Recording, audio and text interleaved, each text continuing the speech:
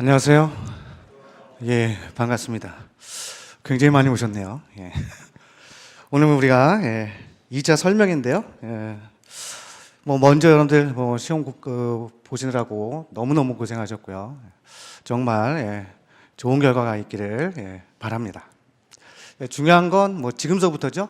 시험은 이제 끝났으니까 이제부터가 중요하다 생각을 하시고, 중요한 시기, 첫 발을 내딛는 시기니까요.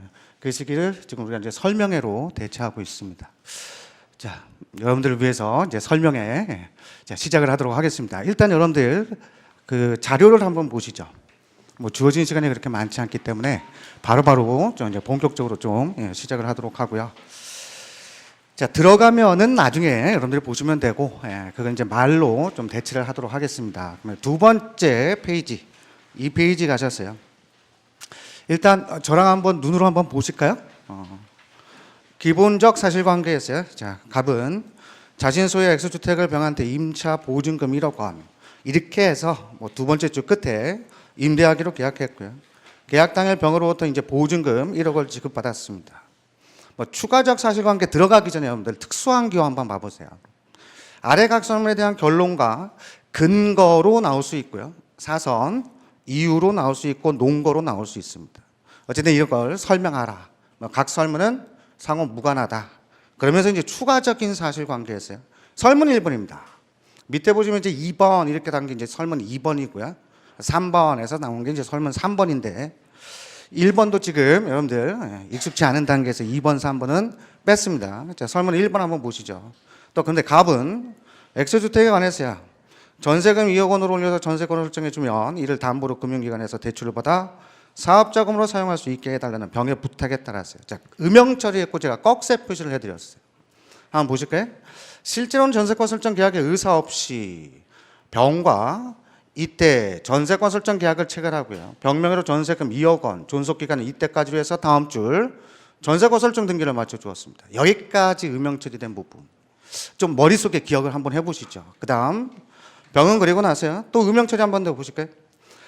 그 사정을 모르는 정은행이 됩니다. 정은행. 그렇게 해서 대출을 이제 쭉 해서 전세권을 담보로 해서요. 또 정은행에 전세권 설정 등기를 맞춰주었어요. 그 다음 이 경우 이제 갑은 정은행을 상대로요. 또 마지막 전세권 저당권 설정 등기 말소 등기 청구를 할 수 있는가. 이게 마지막 설문입니다. 지금 여러분들 그 다음 페이지 보기 전에요. 이거 여러분들이 답안에 쓰셔야 돼요. 그죠? 답안에 뭘 써야 될까 한번 생각을 해보십니다. 머릿속에. 뭘 묻는지는 일단 인식이 되셔야 그 부분에 대한 쟁점을 파악하고 그 다음 그 쟁점에 대해서 여러분들이 머릿속에 법리가 이해되고 정리되어야 그래야 이제 답안에 그 내용을 쓸 수 있겠죠.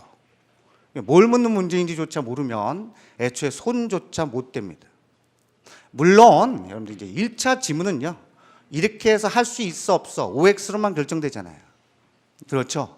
근데 여러분들은 OX로 결정되는 이유가 어디 있는지 거기까지 해서 백지인 답안에 여러분들이 머릿속에 정리되고 이해된 내용을 답안에 써야 될 내용을 정리해서요. 답안에 쓰셔야 돼요. 그러니까 결론으로 얘기하면 이 지금까지 여러분들 1차 때 배우셨고 1차 때 학습하셨던 마인드는 전부 다 버리시는 겁니다.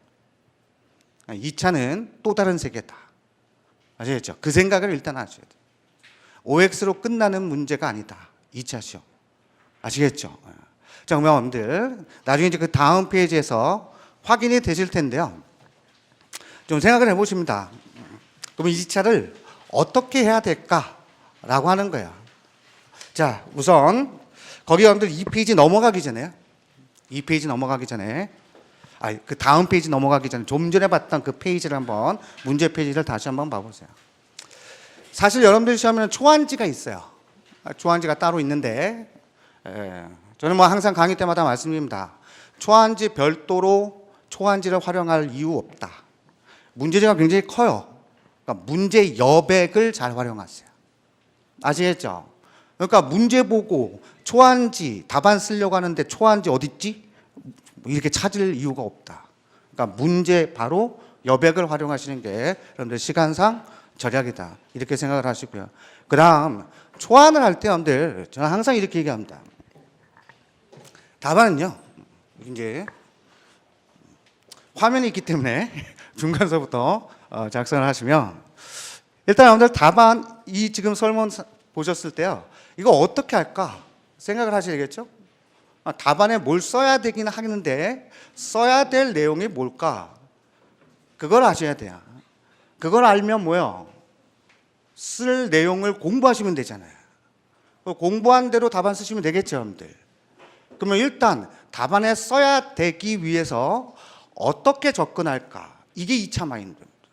지금부터 얘기하는 건 다른 스포츠에서 따와서요. 따와서 제가 이제 이런 표현을 좀 말씀드리죠.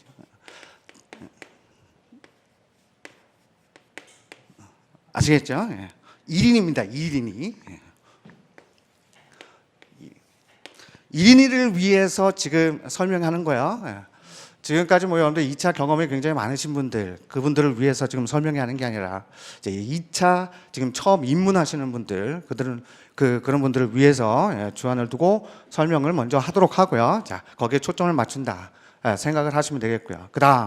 그러면 어떻게 해야 될까 생각을 하셔야 되는데, 이제 첫 번째, 지금 문제 설문에 나타나는 것들을 우리가 통상 법리적인 표현 또는 일반적인 표현으로 뭐라고 얘기하냐면 사실관계라고 하죠, 여러분들. 그래서 여러분들 기본적 사실관계, 추가적 사실관계 이렇게 나오잖아요. 근데 이 관계 속에 나타난 이 결과의 내용들을 사실자료라고 합니다. 사실자료. 근데 이 사실자료가 무엇을 의미하는지 아셔야 무엇을 묻고 있는지 알 테고요. 거기에 대해서 정확히 조문도 쓰고 판례도 쓰시겠죠. 근데 이 자료를요, 무엇을 의미하는지 모르시면 쟁점조차 파악을 못 하신다. 그러니까 2차는 이게 처음이자 끝이다 생각하시면 돼요. 그러니까 결과적으로 출제자가 무엇을 묻느냐?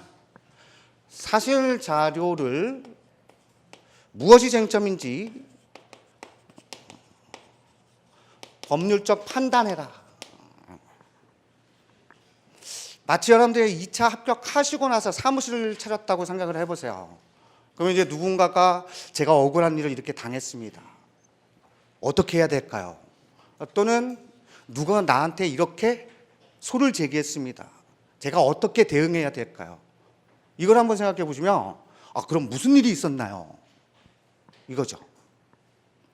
아시겠죠? 예. 거기에 대해서 여러분들이 어떻게 상담하시냐, 머릿속에 어떻게 회로가 굴러간다? 그러니까 이 사건은 쟁점이 뭐가 되겠구나라고 하는 거예요. 회로가 굴러가는 거예요. 이 회로가 역할을 잘하기 위해선 이와 같은 법률적 판단으로 전환되셔야 돼요. 이와 같은 법률적 판단으로 전환된 바가 문제 설문 옆에 공백을 활용한 초안의 내용입니다. 그러면 그 페이지의 옆에 봐보세요. 초안 이렇게 있어요. 그러면 꺽쇠 음영 처리된 첫 번째 사실자료, 이게 결국은 어떤 법률적 판단으로 전환된 거다? 108조 1항의 얘기예요. 아시겠죠? 108조 1항. 통정호의 표시라는 거예요. 문제 설문 사실자료에 여러분들이 2차 때 갑과 병은 통정하여 이와 같은 허위를 만들었다, 이런 출제는 없습니다. 그러면 통정호의 표시인지 여러분들 확연히 아시죠? 그러실 거죠. 그렇게까지 힌트 줬는데 모르시면 뭐 안 되겠고. 그러면 이 첫 번째 음영자료에서 통정호의 표시라는 법률적 쟁점에 문제되는 힌트 자료가 어디 있어요? 실제로는 이런 계약의 의사 없이 이 문구예요. 아시겠죠? 이게 통정호의 표시라는 쟁점이 된다는 걸 알고자 출제자가 힌트 준 겁니다. 이해되었네? 자, 그 다음 두 번째, 음영처리. 사정을 모르는 이 부분은 결과적으로 여러분들 108조 2항과 관련해서 선의인지 악의인지에 대한 확정 자료죠. 물론 여러분들이 이런 사정을 알았는지 모르는지는 구체적인 송무에서는 소송상으로 밝혀질 바예요. 근데 우리가 배우는 실체법은 뭐예요? 그렇게 구체적으로 밝혀진 결과물을 배우는 거죠. 그러니까 민법에서는 이렇게 나옵니다. 알았다, 몰랐다. 근데 이렇게 몰랐다라고 하는데 여러분들이요, 머릿속에 모를 리가 있어? 이런 생각하시면 안 돼요. 무슨 얘기인지 아시겠죠? 그러니까 나타난 사실 자료는 이게 진리다 이 생각을 하시는 겁니다. 그러니까 이 자료 이외에 다른 것들을 여러분들 머릿속에서요 의문을 갖고요 마음대로 해석하시면 안 돼요. 결과적으로 두 번째는 뭐냐면 쟁점이 파악이 됐는데 써야 될 내용은 여러분들 설문의 직접적인 관계를 쓰셔야 돼요. 그러면 여러분들이 생각해 보십니다. 이게 통정어휘 표시야. 그러면 1차 때 배우셨어. 자, 일단 통정어휘 표시라는 건 법률행위부터 시작하잖아. 법률행위 개념이 이렇고. 자, 법률행위의 개념에서 쓰시고 또 흠 있는 의사표시하면 안 돼. 흠 있는 의사표시란 이렇고. 그 중에 유형은 이런 게 있는데 이거 쓸 이유 있다 없다? 없는 거예요, 없는 거. 이해됐나요? 그러니까 답안에는 결국은 2차 시험의 결론은 뭐야? 이 사안을 갖고 여러분들한테 상담 온 자한테요 직접적으로 해결하기 위한 쟁점이 뭔지를 쓰시는 겁니다. 자질구레한 거 쓰는 거 아니에요. 알겠죠? 자질구레한 거 쓸 이유가 하나도 없다. 일단 첫 번째 또 하나 생각하시는 겁니다. 그러니까 무엇이 쟁점인지는 알았는데요 여기다가 자질구레하게 쓸 이유는 없다. 그러니까 설문 해결을 위한 이걸 위한 직접적 쟁점을 찾아내는 겁니다. 2차 마인드예요. 2차 마인드. 1차 마인드에서는 바로 벗어나셔야 된다. 이걸 항상 또 생각하시고요. 두 번째세요. 그 다음 여기 두 번째. 좀 전에 말씀드렸죠. 나타난 자료는 진리라고요. 이게 곧 정의입니다. 가정적 자료를 만들지 마셔야 돼요.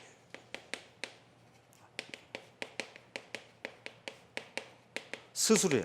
모를 리가 있어? 이런 생각은 버린다. 이해되었죠?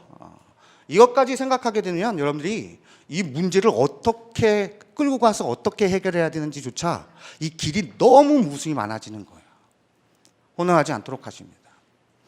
자, 그 다음 그러면 여기 선이라는 자료는요 주어진 확정된 자료입니다. 그리고 나중에 정은행의 저당권 설정 등기를 맞춰주었어요. 요 국면이 결국 뭐야? 이렇게 사실 자료가 나왔지만 법률적 판단으로는 108조 2항의 제3자구나. 이렇게 법률적 판단이 전환되셔야 된다. 자, 근데 설문은 뭐야? 전세권 저당권 설정 등기에 말소를 청구할 수 있을까? 이 문제입니다. 근데 배점을 보니까요 15점. 2번 설문은 설문 사실자료는 안 달았지만 10점입니다. 3번의 설문도 사실자료는 안 달았지만 5점입니다. 결과적으로 배점의 차이가 있다는 거죠. 무슨 생각을 가져야 되냐면 세 번째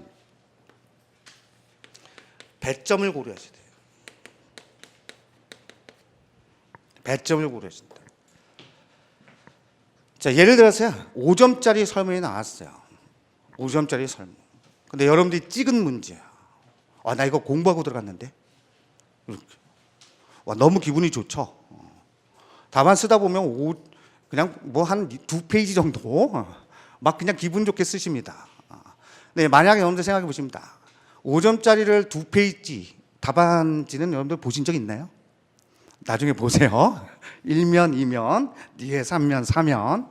그래서 대충 한 28줄 정도 한 페이지에 그렇게 있다고 보시면 됩니다. 제가 어쨌든 근데 그걸 두 바닥을 쓴 거예요. 우리가 전문용어로 두 바닥 이럽니다. 어쨌든 이렇게 바닥을 썼어요. 그렇다고 여러분들 채점작 5점 설문에 배점으로 주어졌는데요. 여러분들 너무 힘들게 썼구나. 열심히는 했네. 노력 점수 줘야지. 15점 예단 이런 건 없습니다. 아시겠죠? 5점짜리 문제에서 아무리 잘 받아도 10점을 못 받는 거야. 무슨 얘기인지 아시겠죠? 그러니까 세 번째 배점을 고려했어요. 배점. 이해되었나요? 2차도 여러분들 1차 때랑 마찬가지야. 공통점은 뭐냐면 1차 여러분들 시간 굉장히 부족하시죠? 부족하시잖아요. 2차는 좀 널널하겠다. 예. 그렇게 생각하시는 분은 없겠죠?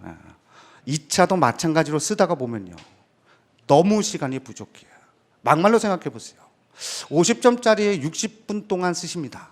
50점짜리를. 근데 지금 여러분들 설문 1번 15점짜리로 지금 보자마자 쓸 내용이 머릿속에 있어요. 뭐가 쟁점인지 파악이 돼도 정작 답안에 여러분들 머릿속에 있는 법리를 글로써 표현하기까지는 굉장한 시간이 걸려요. 막상 여러분들 지금 제가 이렇게 묻습니다. 108조 2항에 대해서야 아는 대로 여러분들 말해봐라. 그걸 10분 동안 말하라. 그럼 여러분들 10분 동안 말할 수 있어요? 생각해 보십니다. 물론 능력차는 다 있겠죠. 자, 그다음 두 번째. 말은 우리가 지금 저도 쉼표 사용하고 숨 쉬고 그리고 이 얘기 했다가 조금 더 이해를 도모하기 위해서요. 다시 얘기하면서요. 또 다시 부연 설명하고 이렇죠. 글은요. 한 번 써지면 끝이라고요. 그거 또 지워야 돼요. 잘못 썼으면. 말하는 거와 쓰는 것도요. 차이가 있습니다. 결론적으로는 안다고 해서요. 답안 다 잘 쓰는 것 아니에요. 그걸 철저히 생각하셔야 돼요. 안다고 해서요. 답안 잘 쓰는 거 보장되지 않습니다. 결과적으로 우리가 바라보는 2차의 목표는요. 어떤 거냐면 답안에 써야 될 내용을 이해하고 정리하고 암기하고요. 실제 시험에서요. 대입해서 쓰셔야 돼요. 그것도 어떻게 해요? 기계적으로. 그 정도까지 끌어올리셔야 돼요. 그 정도. 그러니까 딱 이 문제에서 보면 쟁점이 이거는 써야 될 내용은요. 써야 될 내용 정리된 내용대로 그대로 암기해서 그대로 박아주셔야 돼요. 그래야 제 시간에 쓰십니다. 그래야. 중간에 망설이 있고요. 쟁점이 뭐지? 아마 여러분들 처음 답안 이거 한번 연습해 보시라면 15분 동안 생각할 거예요. 야, 이게 쟁점이 뭐야? 이게 옆에 초안으로 달아있는 거 없을 때. 알겠죠? 그리고 쓰다 보면요. 한 30분 동안 이 15점짜리 설문 1번을 쓰시고 계실 거예요. 그게 현실입니다. 너무 스스로를 높이 평가하지 마세요. 알겠죠? 처음 2차 입문할 때요. 2차 어려운 거 다 아시잖아요. 너무 높게 평가하지 마시고 현실을 좀 직시해서 냉철하게 자기 자신을 바라보셔야 된다. 그 마음가짐 하나만으로도 입문할 때 시작이 달라져요. 이해됐네? 시작이 달라진다. 좀 근본을 좀 건드리고 있습니다. 빨리 얘기해야 되는데 어쨌든 항상 그 생각을 하셔야 된다. 이 생각. 그래서 이게 일단 첫 번째다. 이런. 자, 근데 두 번째 이렇게 전환만 돼서요. 잘 쓴다는 보장은 없죠. 그러니까 이거 뭐 묻는 문제인지 알아. 그러니까 통상 여러분들 좀 장수생들이 이런 표현 좀 해서 좀 죄송한데 장수생 분들이 갖고 있는 공부 방식이 뭐냐면 이 문제 딱 던져줘요. 이거 뭐 묻는 문제예요? 이거 108조 문제잖아. 야, 그것도 몰라? 이런 상태가 자기가 안다고 생각하는 거예요. 근데 좀 전에 말씀드렸죠. 말로 하는 거랑 스스로 머릿속에서 알아. 말로 하는 거랑 말로 할 수 있다고 해서야 답안에 쓰는 거랑 천지 차이라고. 공부는 어떻게 하신다? 최소한 써보셔야 돼요. 계속. 아시겠죠? 이제부터는 쓰는 연습을 하시는 거예요. 근데 처음서부터 여러분들 답안을 그대로 다 쓰려고 하면 나중에는 손목 나가요. 아시겠죠? 내가 지금 뭐 하는 짓이지? 현타도 올 수 있고. 그러니까 처음에 쓰는 건 연습장에 간략간략히 여기에 대한 핵심이 뭔지 키워드 정도. 이렇게라도 써보는 연습을 하셔야 돼요. 처음부터 쓰는 연습을 하지 않으시고요. 나 지금 못 쓰잖아. 당연한 겁니다. 알겠죠? 당연한 거야. 나중에 쓰면 되지 뭐. 그런 분과 못 쓰는데 써보려고 한 분들은요. 처음의 출발이 어떤지에 따라 결과가 달라진다. 애쓰세요. 아시겠죠? 1차 마인드에서 2차 마인드로 바꾸기 위해서 스스로야 생각하고 애를 쓰시라고요.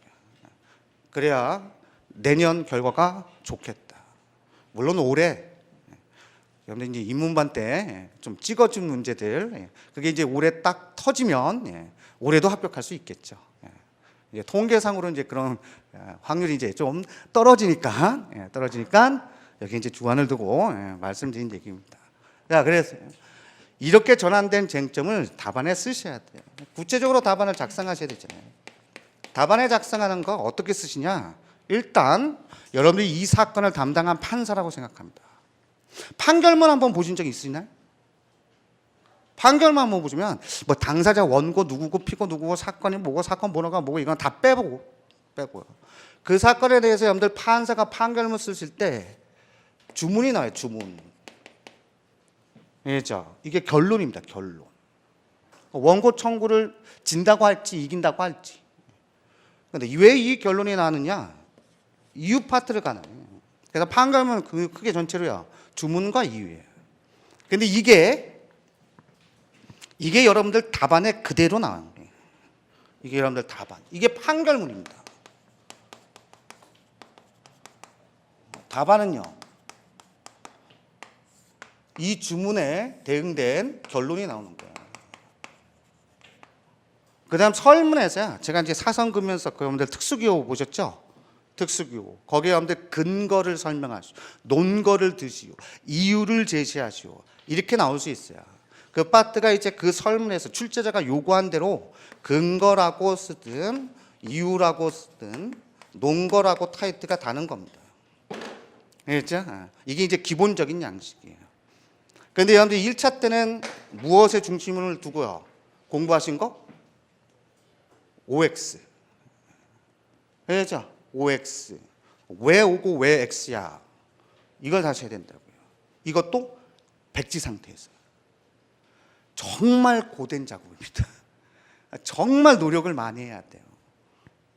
1차 시험만 있는 국가시험과 2차 시험까지 있는 국가시험은 격이 다른 거예요. 기본적으로.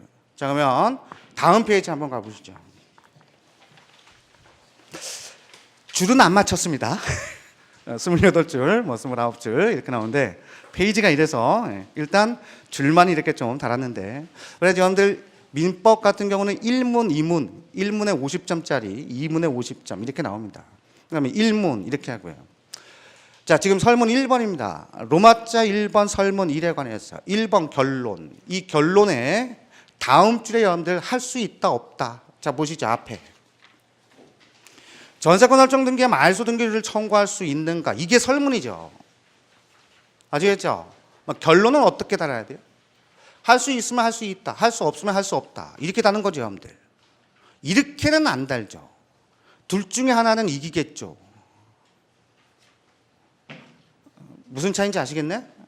둘 중에 하나는 이기겠죠. 물론 둘 중에 하나는 이기죠.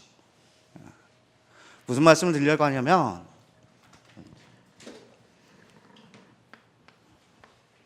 설문에 부합하게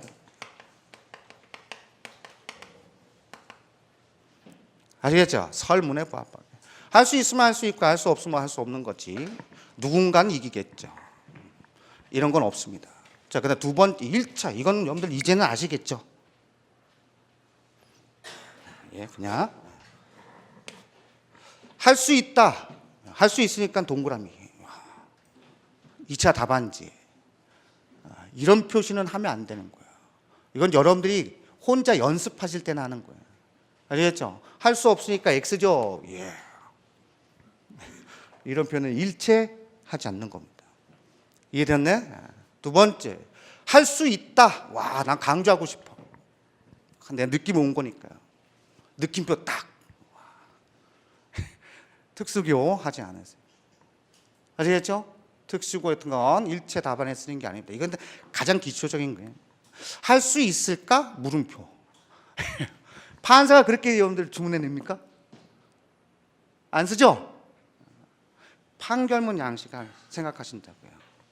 이해됐나요? 그건 나중에 여러분들 지금 설명이니까 뭐 세세한 것들은 나중에 여러분들 이제 입문반 때 조금 더 시간을 투자해서 말씀을 드릴 테고요. 어쨌든 지금 기억할 건 설문에 부합하겠습니다. 이런 내용입니다. 자, 두 번째, 할 수 있다 없다 딱 결론 내요.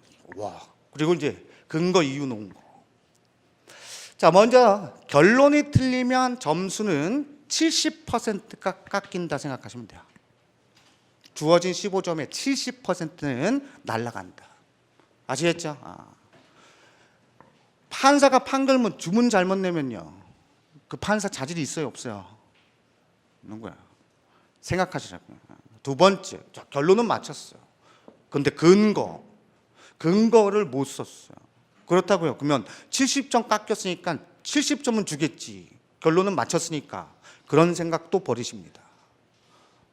이해되었죠? 그러니까 결국 나중에 여러분들 가면 결론을 틀리신 분들은 그렇게 많지 않으세요. 결론을 틀리신 분들은 왜 공부하실 때 항상 여러분들 판례를 보든 뭐를 하든 이거 인정했어 안 했어 이 생각 가지면서 어쨌든 보실 테니까. 결국 나중에는 여기가 점수 차이가 나는 부분이에요. 그러니까 이 부분을 얼마나 잘 쓰는가, 근거를 제대로요, 최대한 친절을 베푸셔야 돼요. 상세히 서술하셔야 돼요.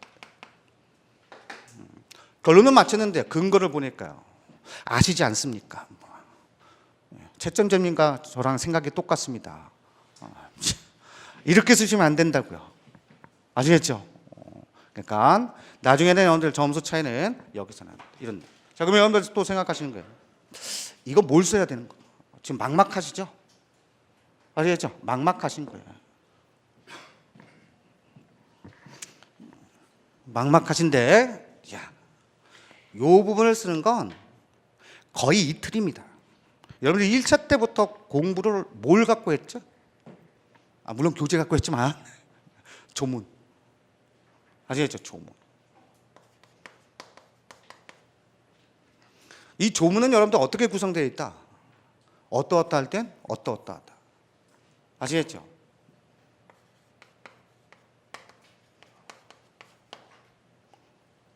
그러면 여러분들 또 배우신 판례는 다 뭡니까, 여러분들?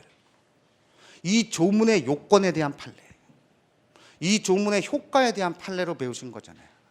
결과적으로는 그래서요, 여기에 대한 판례를 배우신 거예요. 자, 여기까지 다 썼어요. 제가 아는 건 조문이 예를 들어서 108조입니다.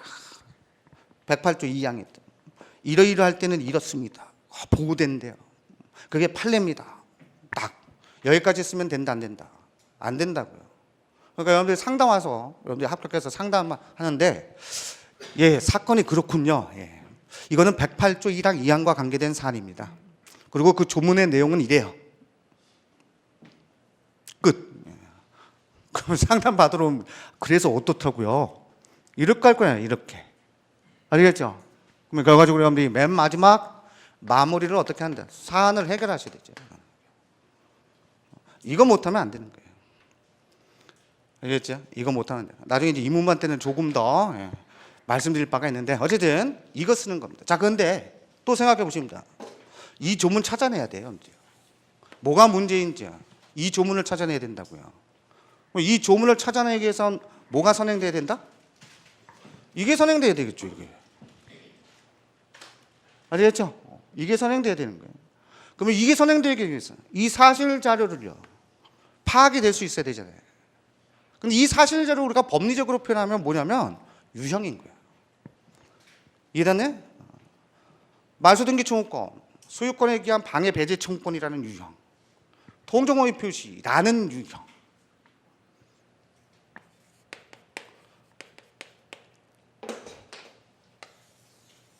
이거 모르면 찾을 조문이 없어요. 찾을 조문이 없으면요, 이건 다 물 건너가는 거예요. 그러니까 엉뚱한 거 쓰고 있는 거죠. 남의 집 대문만 두드리고 있는 거예요. 자기 집도 못 찾아가서. 아시겠죠? 자, 이제 마무리입니다. 최소한 오늘 여러분들 지금 설명회 때 두 가지는 기억하시면 돼요. 첫 번째, 색이 마음에 드는 게 없네요. 이건 기억하시면 안 되고, 두 가지. 첫 번째, 2차 마인드로 바꿔야 된다. 그래, 두 번째, 결국 답안에 쓸 내용은